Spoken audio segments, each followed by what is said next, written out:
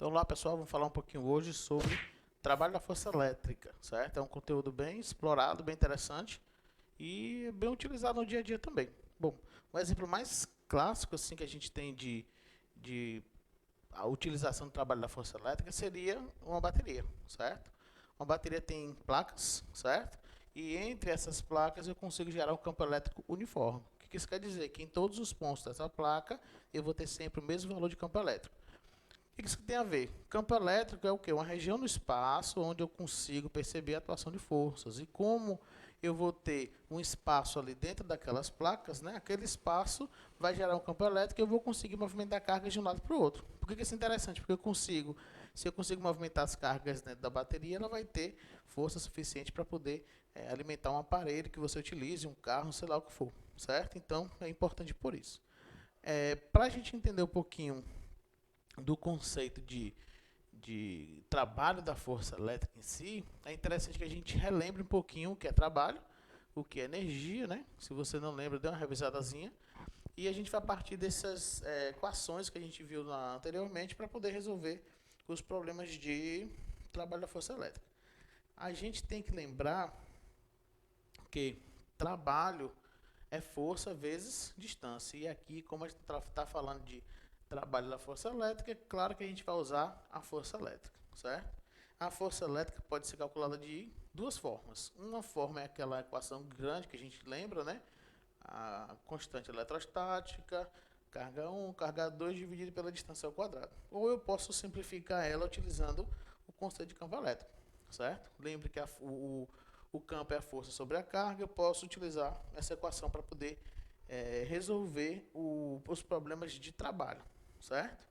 Bom, então com isso em mãos, com a ideia do trabalho da força elétrica sendo Q vezes E, eu vou substituir o Q vezes E na equação do trabalho e eu consigo calcular o trabalho através da equação Q é D. Lembrando que Q é a carga que está se movimentando dentro do campo elétrico, não é a carga que gera o campo, é a carga que se movimenta. O E é o campo elétrico em si, gerado pelas duas placas, né, para que tenha um campo elétrico uniforme, e o D é a distância que essa carga percorreu dentro do campo elétrico, certo? Então nós temos uma situação aqui bem interessante. Temos um campo elétrico uniforme, e nesse campo elétrico uniforme eu tenho alguns pontos, certo? A, C, D e B, certo? E é preciso entender como é que eu calcularia o campo elétrico o campo elétrico nessa região, né? Nesse campo elétrico uniforme, na verdade calcular o trabalho, e eu vou partir do princípio que a carga sai do ponto A, certo? Ela vai fazer essa trajetória de A para C, de C para D, de D para B. O que é importante aqui? Que as cargas se movimentam sempre seguindo as linhas de campo. Então, o coerente seria que essa carga saísse de A e fosse direto para B, certo? Só que alguma coisa fez com que ela se desviasse, ela passou pelo ponto C, D e foi para B, certo? No caso, para fazer esse cálculo, certo? Eu poderia imaginar a seguinte situação também, ó. A carga fazer esse desenho aleatório e esse desenho aleatório me daria o trabalho da força elétrica. O que é interessante? Que independente da trajetória, se ela foi passando por C, se ela fez esse desenho aleatório, ela foi direto de A para B, o valor do trabalho da força elétrica para esse campo vai ser sempre o mesmo, por conta que as cargas vão seguir sempre as linhas de campo elétrico, certo? Esses desvios que aconteceram, supostos desvios, não são devidos a esse campo elétrico que foi desenhado, essas linhas. Pode ter sido por qualquer outro fator, mas não por conta desse campo elétrico. Então dizemos que o trabalho da força elétrica não depende da trajetória, certo? Deixa eu sair da frente aqui, né? O trabalho da força elétrica não depende da trajetória, do desenho da trajetória, certo? Ele depende única e exclusivamente da onde a carga saiu e para onde a carga parou, certo? Vai lembrar que nesse desenho aqui, ó, eu tenho duas placas, uma placa aqui em cima e uma placa embaixo. Se a gente for imaginar as cargas B e F estão à mesma distância da placa de baixo, certo? Olhando aqui as linhas de campo, ó, as linhas são orientadas para baixo, então as linhas de campo elétrico saem da carga positiva e entram na negativa, então a placa superior é positiva e a inferior é negativa, e A e F estão à mesma distância dessa placa inferior. Então dizemos que o trabalho de A para B vai ser o mesmo trabalho de A para F. Deixa eu conseguir botar aqui o meu slide. Tá aí, de A para F, certo? E dessa forma eu consigo definir que, não esqueçam disso, o trabalho da força elétrica não depende do desenho da trajetória, sim apenas dos pontos A e B, ou seja, inicial e final, certo? Com essa ideia de trabalho de força elétrica, eu vou ter ocasiões onde eu preciso calcular não o trabalho em si, mas a diferença de energias entre dois pontos de um campo elétrico.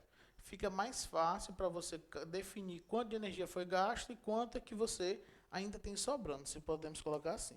Então, se a gente imaginar essa região, certo? Nós temos aqui um campo elétrico circular, porém uniforme, né? Em todas essas regiões, em cada linha dessa, né? O campo elétrico vai ser sempre o mesmo. Então, em qualquer linha dessa aqui, onde está essa carga aqui, ó, toda essa linha vai ter sempre o mesmo valor de campo elétrico, certo? O que vai acontecer aqui? Essa carga que está no ponto A, ela vai se movimentar para B. E quando há movimentação de carga, devido a uma força, né, dizemos que é a realização de trabalho. Quanto de energia foi gasta ou quanto de energia foi transformada nesse processo, nesse espaço, nessa distância entre os dois pontos.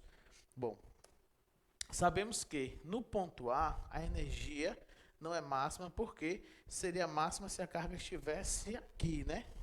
Potencial máximo. E também não é mínimo, porque a gente não sabe onde é o final desse campo elétrico. Sabemos que no ponto A há um certo valor de energia associado, a gente não sabe quanto é possível calcular, e em B também temos um valor associado. O que é importante? Que se saiu de A para B, há uma diferença de energia entre esses dois pontos, certo? E se saiu de A para B, o potencial em A é maior do que em B, certo? A carga se movimenta do potencial maior para um potencial menor, isso em cargas positivas. Bom, em termos de equações, o que estamos dizendo aí? Que entre A e B houve transformação de energia, e a transformação de energia é igual ao trabalho, certo? Só que o trabalho é o trabalho de quem? Trabalho da carga, trabalho da força elétrica, não é isso? Em cima dessa carga. Então, vamos dizer que a diferença de potencial entre A e B vai ser o trabalho que ela realizou dividido pelo valor da sua carga, certo? Por conveniência, eu posso dizer que a diferença entre os pontos A e B, em termos energéticos, pode ser chamada de diferença de potencial, já que a energia naquele ponto é energia potencial. Se voltarmos aqui, ó, no ponto A, temos energia potencial. Quando a carga se movimenta de A para B, nessa movimentação, há transformação de energia potencial em energia cinética. E quando a carga para no B, de novo, a energia passa a ser potencial, porém menor do que a quantidade que ela tinha no ponto A. Voltando aqui, né? Eu vou agora simplificar minha equação para que o trabalho seja escrito em termos de diferença de potencial. Então, posso escrever que o trabalho vai ser o Q vezes U, né? Multiplicando esse Q vezes U aqui. Ou posso escrever dessa forma também, né? Que é a carga vezes a diferença de potencial. Bom, essa diferença de potencial tem uma unidade, certo? Lembre-se que a unidade de trabalho é o joule, porém nós estamos dividindo ali o joule pela carga, e joule por carga, ou joule por coulomb, é denominado volt. Então a unidade de diferença de potencial é o volt, certo? Resumindo aqui a aula, ó, nós temos duas equações para resolver a mesma coisa. Uma é a carga vezes a diferença de potencial, e a outra é a carga, o campo e a distância. Vai depender do que você tenha de equações ou que você tenha de dados na questão para você poder resolver. Se você tiver a carga e a diferença de potencial, você usa a primeira.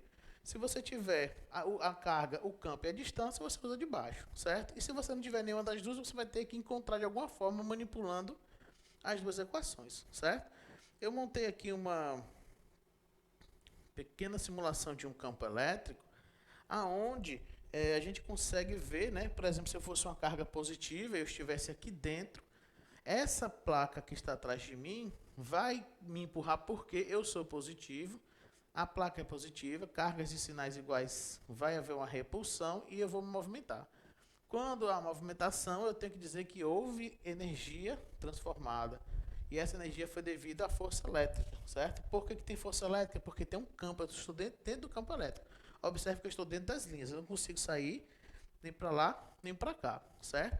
Se eu tivesse nessa situação aqui, ó, fora do campo elétrico, eu não estaria me movimentando devido a esse campo aqui atrás de mim, porque eu estou fora do campo elétrico. Então é válido lembrar que você tem que estar dentro do campo elétrico para que você sofra a ação dessas forças elétricas, certo? Então, resumindo a aula foi sobre o trabalho da força elétrica. Lembre-se que o trabalho é transformação de energia. O trabalho pode ser calculado como força vezes a distância. No caso aqui a força é a força elétrica, né? Força elétrica é Q vezes... a força elétrica é o campo vezes a carga, né? Q vezes E, desculpe aí. E podemos calcular com essa equação aqui de baixo também, para a realização do trabalho, certo? Qualquer dúvida, entre em contato. E é isso, valeu.